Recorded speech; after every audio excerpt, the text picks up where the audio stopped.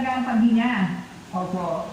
Opo. Pag naglalakad po kayo, konting lakad lang po ba hinga na? Mga tatlong takbang po, hapon na po ako. Opo. Pag natutulog po kayo, no, mataas po ba unan nyo? Katang-tama lang po. Tamtaman lang. Opo.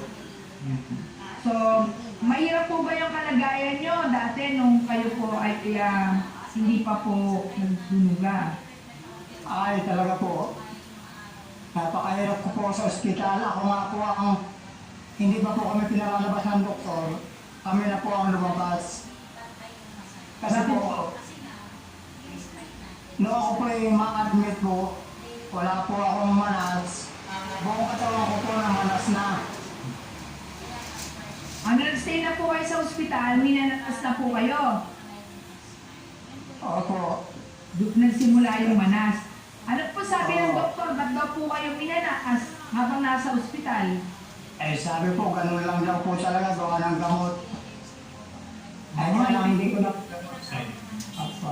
Ay, hindi ko na po makayanan, kaya po ako nag-desisyon na lumabas na lang.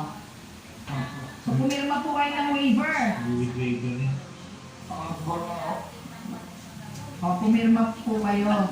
Kami na po ay tinulong ng mga doktor na operahan. Ay lahat po ng doktor, ang dami po nila. Opo. Ay ang operasyon po, 1 million po sa doktor.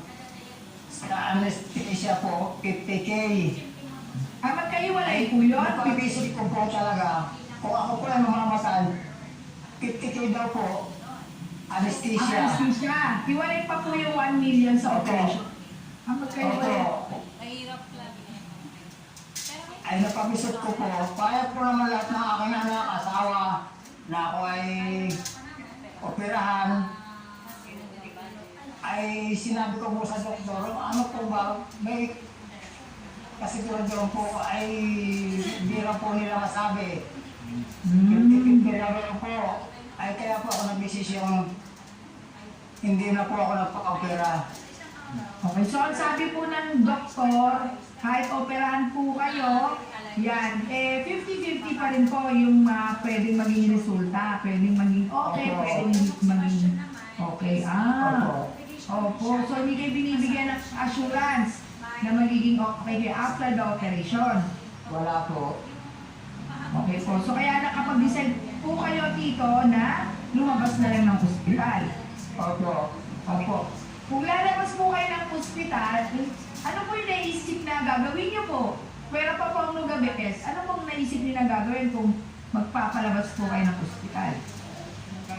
Ako po, ang ko na lang po ay herbal-herbal na lang po. Ang naisip ko po, kung talagang kukunin na po ako ng Panginoon, doon na lang po ako sa bahay.